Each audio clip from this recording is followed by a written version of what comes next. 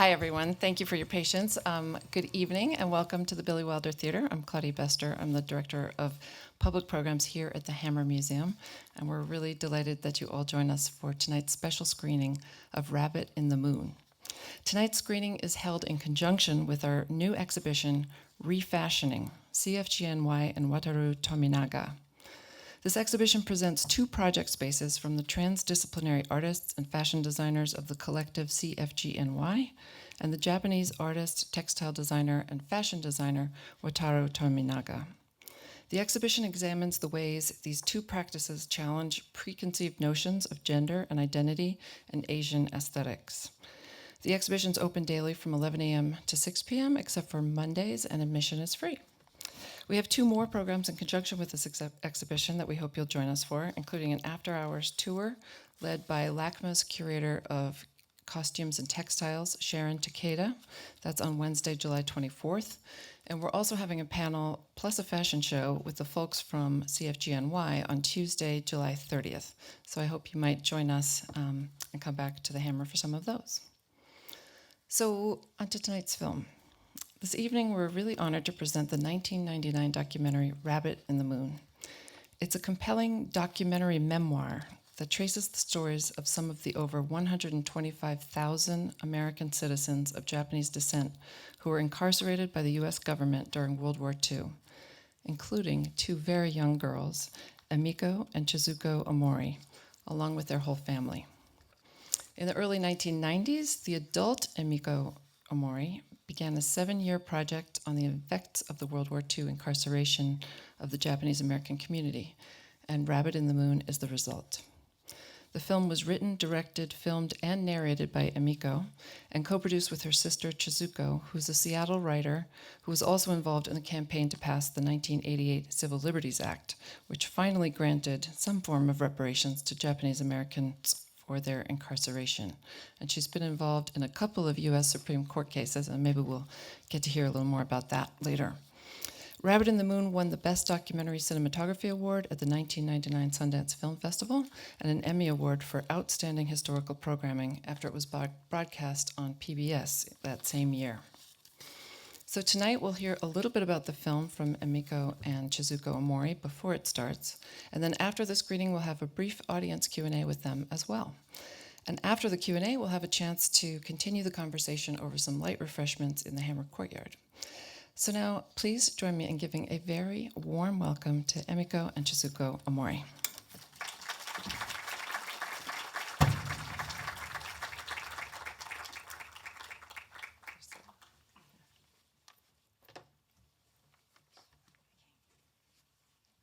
I think I need to stand on this, do I? Oh, okay, then now I'll just remove it. Okay.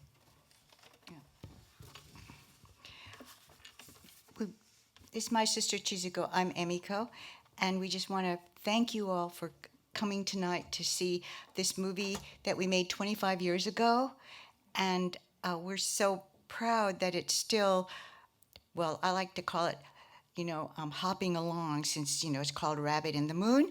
Like the Energizer Bunny, it's still going strong, and thank you so much, and the Hammer for presenting this, and we will be happy to answer questions afterwards. So, well, should I say enjoy the movie? It's got, anyway, please enjoy it if you can. Okay. All right.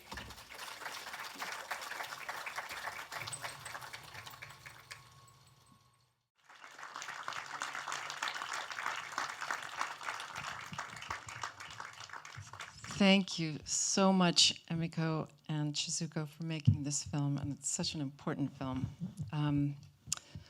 For those of you in the audience, please get your questions ready. We're going to open it up to you in a moment. But congratulations, it's an incredibly moving and powerful film. So could you share with us what your initial impetus was to making this film?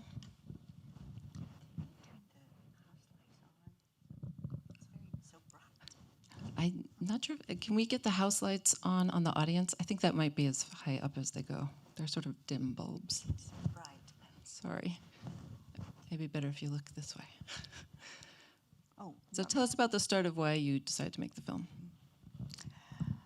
Well, um, you know, this story has been hidden from the American public for a long time. And it just seemed to me that there has to be some way to introduce the subject to an American audience, and that people understand that the government can do such a thing to a racial group. And that's a rather important situation, I would say, because uh, racism has kind of been part of American history from the beginning. But this is really like the first time that they really rounded up a group solely on the basis of ethnic background, and they literally built camps and kept us there for the duration of World War II. I just felt that people just needed to know that. So, are you saying that it's not taught in every American history book? Oh, I don't think so.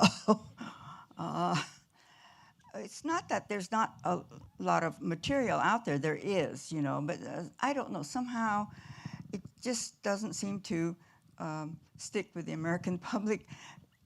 Maybe on the West Coast, people know about it, but certainly in other parts of the country, it's just about unknown. Well, it's amazing. I mean, it's incredibly important that it was aired on PBS. That's fantastic. Watching it tonight, and I have not seen it for quite some time, it's very, it's sad. Of all the people in the movie, we're the only survivors. And seeing these wonderful people that we became friends with, and I guess it's a good thing that we captured them because there they are for us. And at the time that we started this movie, there, and it still exists, there's still this conflict within our community. The people who took the line, or the government line, of that we went quietly and willingly and didn't make a fuss, and then the people who did protest and were and continue to be maligned by the community. And so we're still working on that. In fact, we just came back from a pilgrimage to the Tule Lake concentration camp near Klamath Falls. And the name of this year's pilgrimage was called Reframing the Narrative. And that we are trying to, reframe the narrative to explain to our community mostly, and the descendants of our community, because the shame that their parents suffered after leaving camp by being in Tule Lake, like Hiroshi said, you know, Tule Lake was, you didn't dare mention it. It passed down to the descendants. And so Tule Lake pilgrimage has been going on since the 70s. 1969, yeah. Way back in 16. Those early days, students were going out to these various camps like Manzanar. And, but it's been going on for this amount of time. And finally, these last few pilgrimages, we're able to talk about the renunciates, and nobody wanted to admit it. And this year, or maybe this is not the first year, but it's one of the few years that we asked renunciates to, stand in the audience, and they did, and they were applauded. So Rabbit was really one of the very first to begin to try to change the narrative for our own community as well as the community at large. And we brought up the conflicts, and we got pushback from the JACL. They are a different organization today, of course, but they still have not apologized or admitted to their mistakes. And they're still kind of the major Japanese American community, that every time there's something to be said about the Japanese American community, the press contacts them, and so we're still doing this, still I think trying you to make change great scenarios. spokespersons. And you know, really, if you dig down deeper, it's kind of like we had a lot of trouble with questions of identity. Are we Americans? Are we accepted as Americans? But you know, what about our cultural history and kind of like the values that our community held, which were, you know, partly Japanese from Japan. And so I think that many Nisei did go have lives where they had inner conflicts about questions like this. You know, how Japanese should we be if it's, you know, that it brought upon us this situation where we were so punished for our ethnic backgrounds. Um, so I have a good friend who's a therapist who refers to this as kind of intergenerational trauma, and even today, these are conflicts and interests that are in our community. Younger people, um, they question a lot about this particular past and um, whether they're really accepted as Americans is still an issue. And yet the German Americans are, during World War II, were living a life of freedom. It's ironic. If there's any audience questions, can you raise your hand and the ushers will come to you?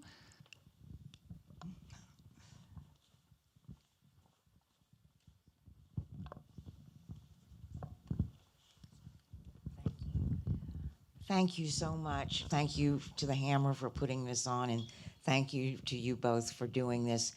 Um, I have two questions, but the first is, you have amazing archival footage, and you did such an amazing job of editing it and putting it together. My question is, one of my questions, who was taking all that movie, film? Was that Americans who were doing it? You know, to document what was going on. It's just interesting to me, but you did an amazing job of putting it together.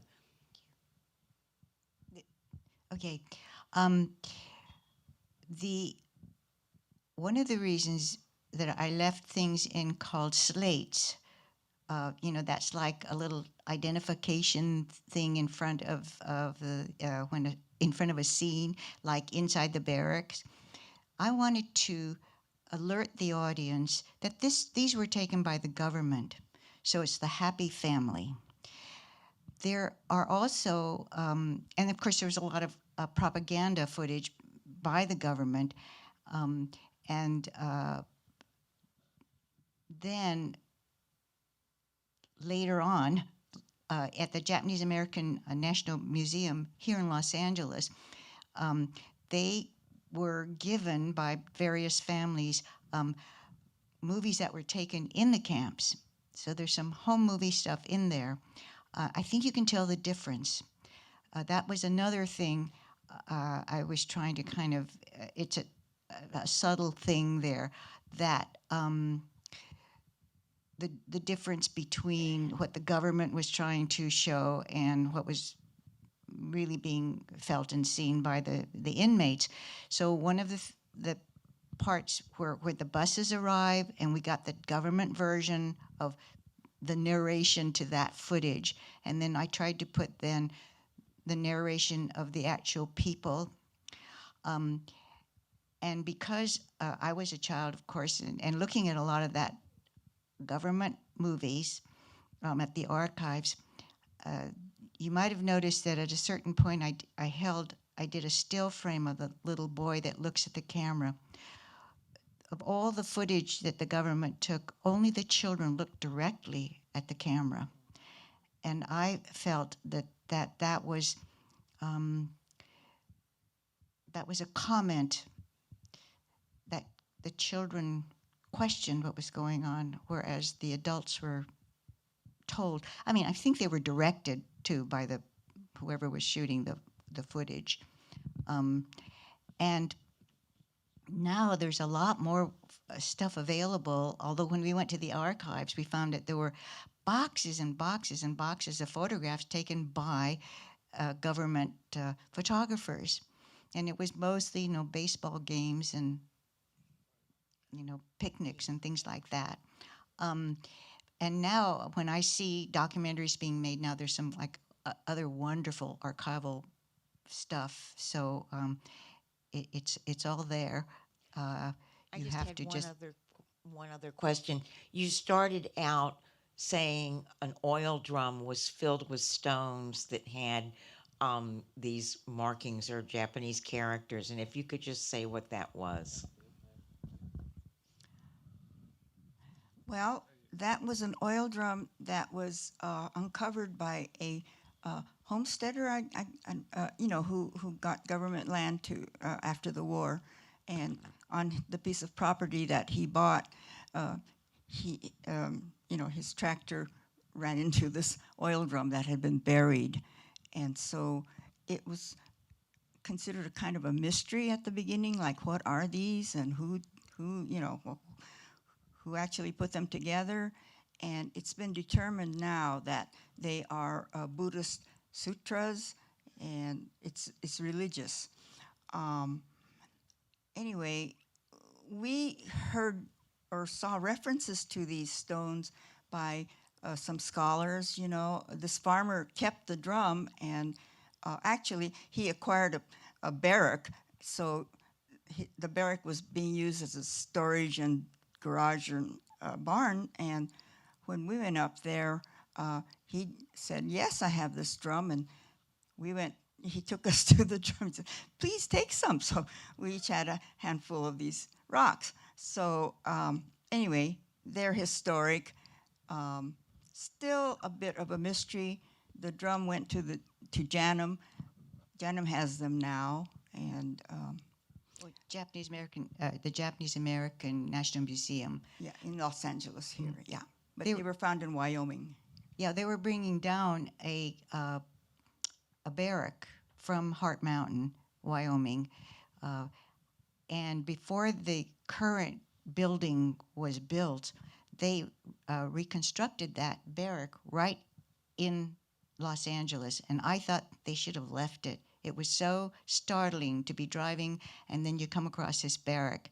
But of course, it got replaced by a big building. And when we heard that the barrack was going to be dismantled and loaded onto a truck, we went to JANM and we said, there's this barrel full of small stones. I mean, they're only like this big, and it was full, so I don't know how many stones could have been in there. And you should ask this farmer to contribute them to the museum, which they did. So now they're in the museum, and because transporting them would have been lots of money, and since they were already shipping this barrack down, so it's there now. Okay, I don't mean to leap ahead, but I'm going to leap ahead. Currently, look, I love this. These are these little small stones. Well, a very large stone was recently discovered at the Topaz concentration camp up in Utah. And it was, okay, I'll start from this. There was a man named James Hatsuaki Wakasa who was walking his dog by the fence one evening, and he was shot by a military guard from a tower that was 350 yards away. That's 3 football fields. And he struck the man in the chest, and he died almost immediately. The government whisked away his body, and they put out the newspaper articles that this man was trying to escape. His friends built a monument to him, which was a large stone, and erected it near where he had been killed.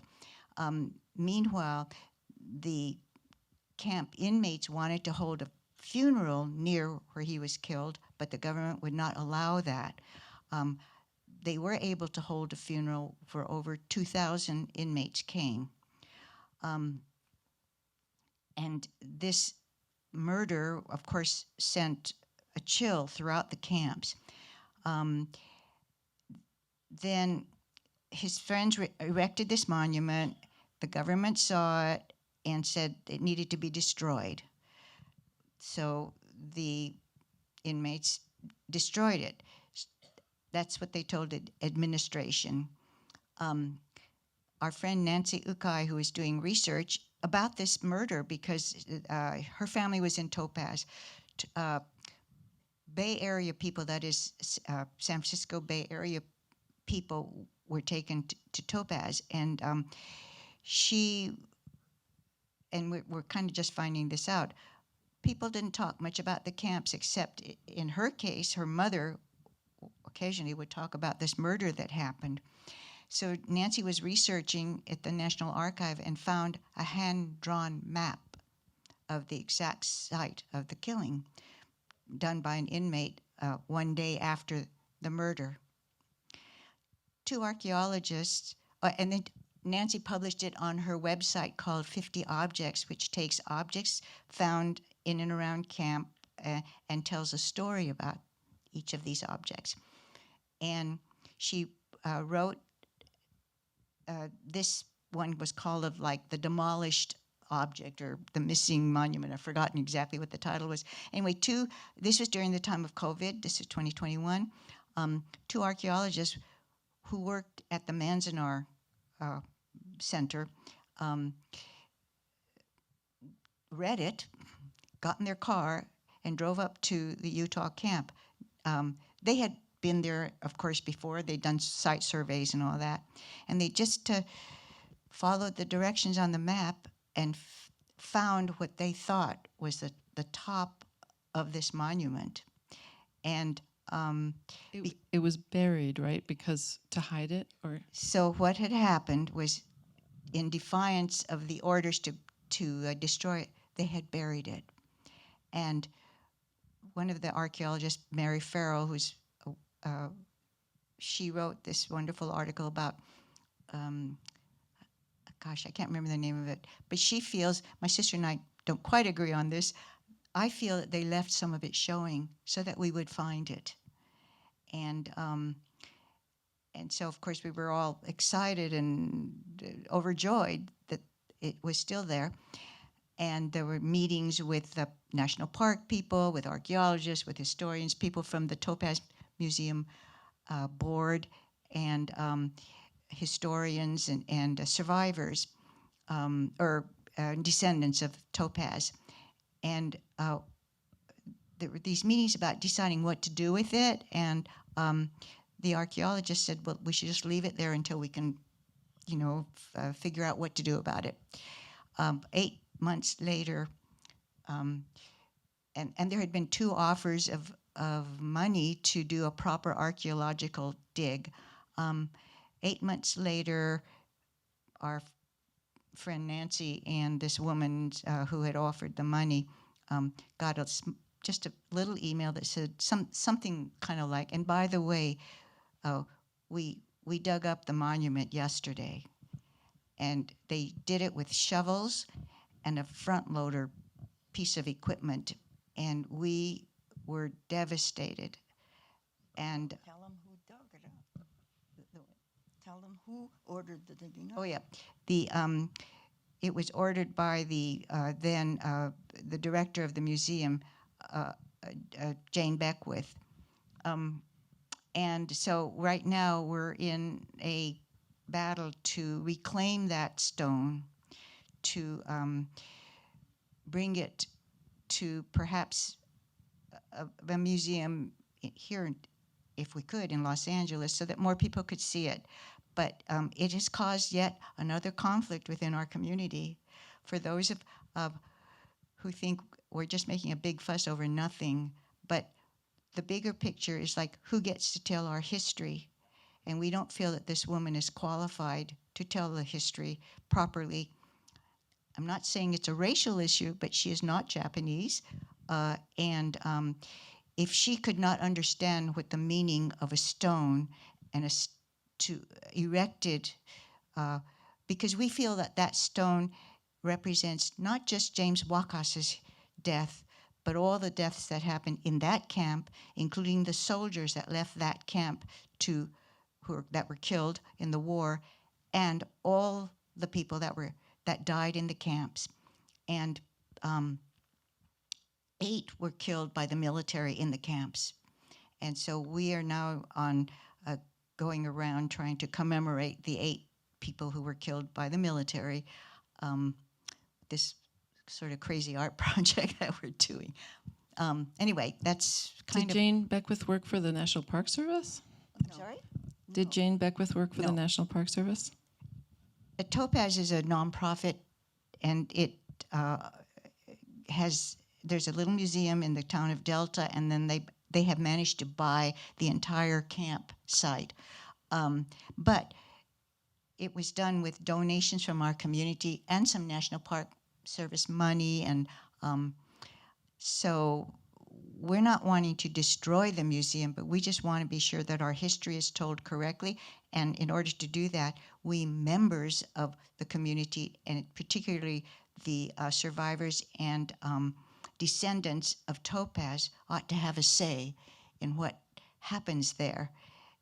And it's a kind of a big issue going around in museums these days too, and about when you find some precious object from some community, that you can't just pick it up and take it with you, you know. Anyway, so that's one of our current battles going on. There's an endless number of battles going on. Well, how about more questions? Let's take one from this side.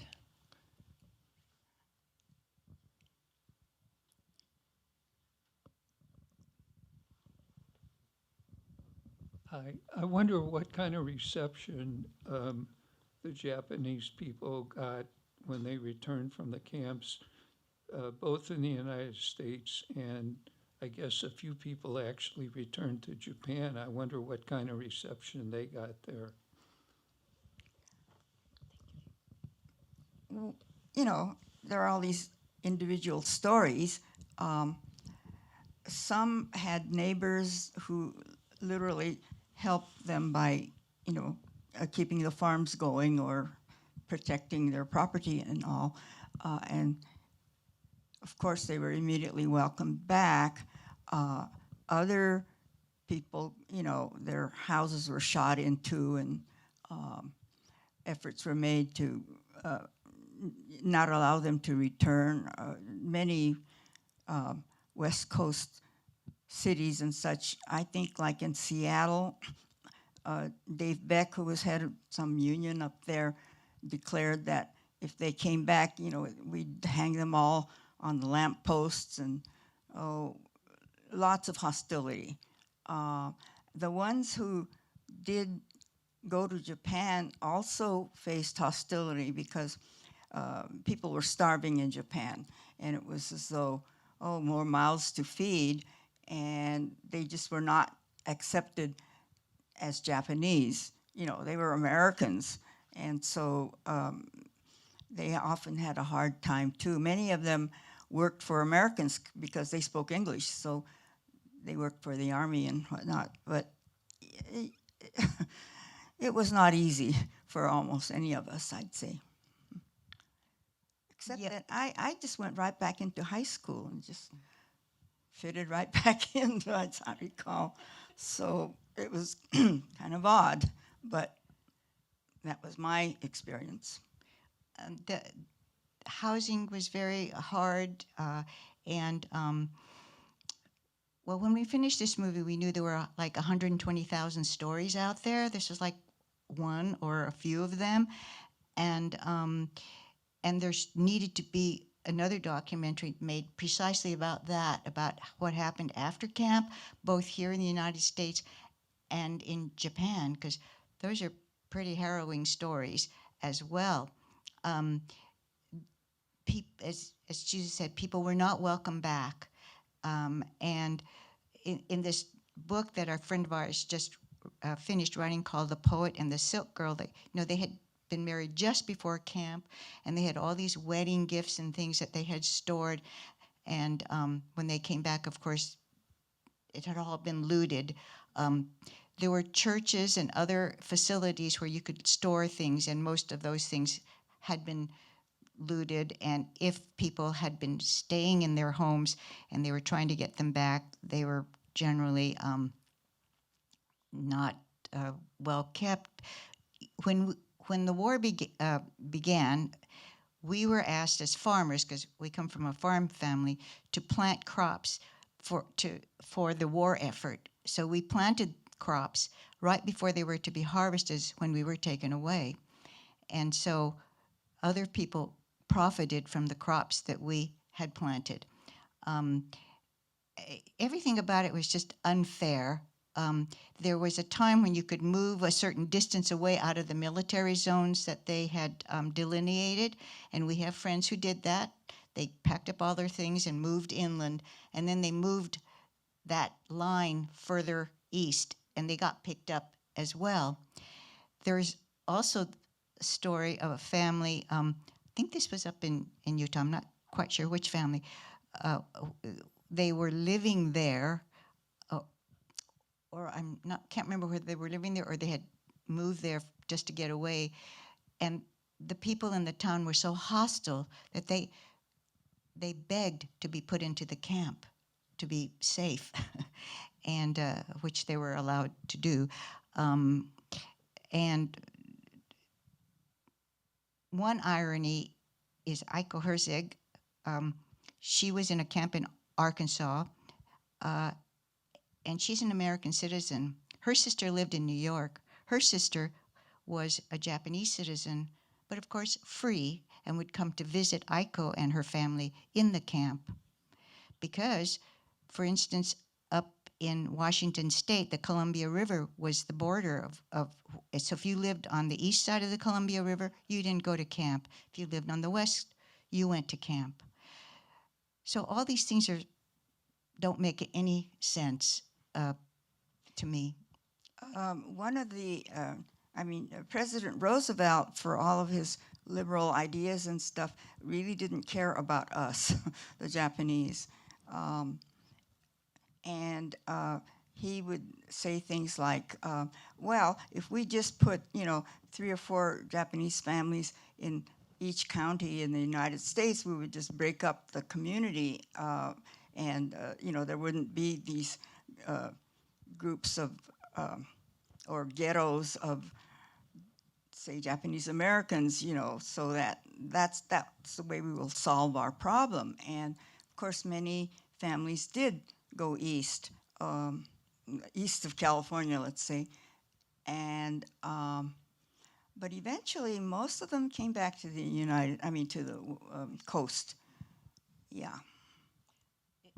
Tell them about Dad and wanting to move east. Our father was involved in a community of Japanese farmers. They organized to form the Oceanside Farmers Cooperative Association. So it was like a group of farmers who were running a farm cooperative, lived together, and I kind of think of it was kind of like a Japanese village in a way, because we lived relatively close together and celebrated holidays, built a schoolhouse to teach Japanese to the children, and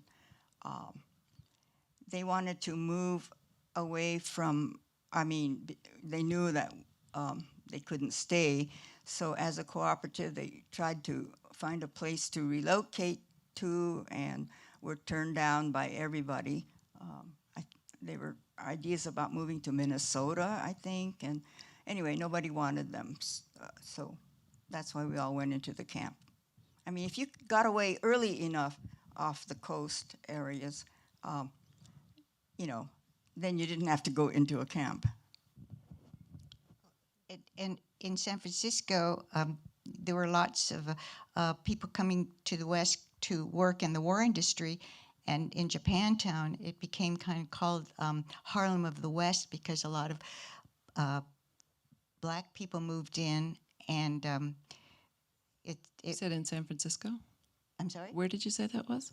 This is San Francisco in the whole film. Because in LA it was called Bronzeville. Yeah, right. So the same thing happened, and like this one family that he was it was the Concord Church, and the church was inside this Victorian house. And so when they came back, there were like 3 or 4 black families living there, who were nice enough to leave, so they could have their church back. So there was a real interesting mix of things that happened after the war in the Fillmore district. I could ask you 20 million more questions, but we've been going for a while now, and we want to invite you all to join us for coffee, tea, and cookies right outside the theater entrance, and we can continue the conversation out there with some snacks. Thank you So again. Please give them a round of Hammer applause. Museum.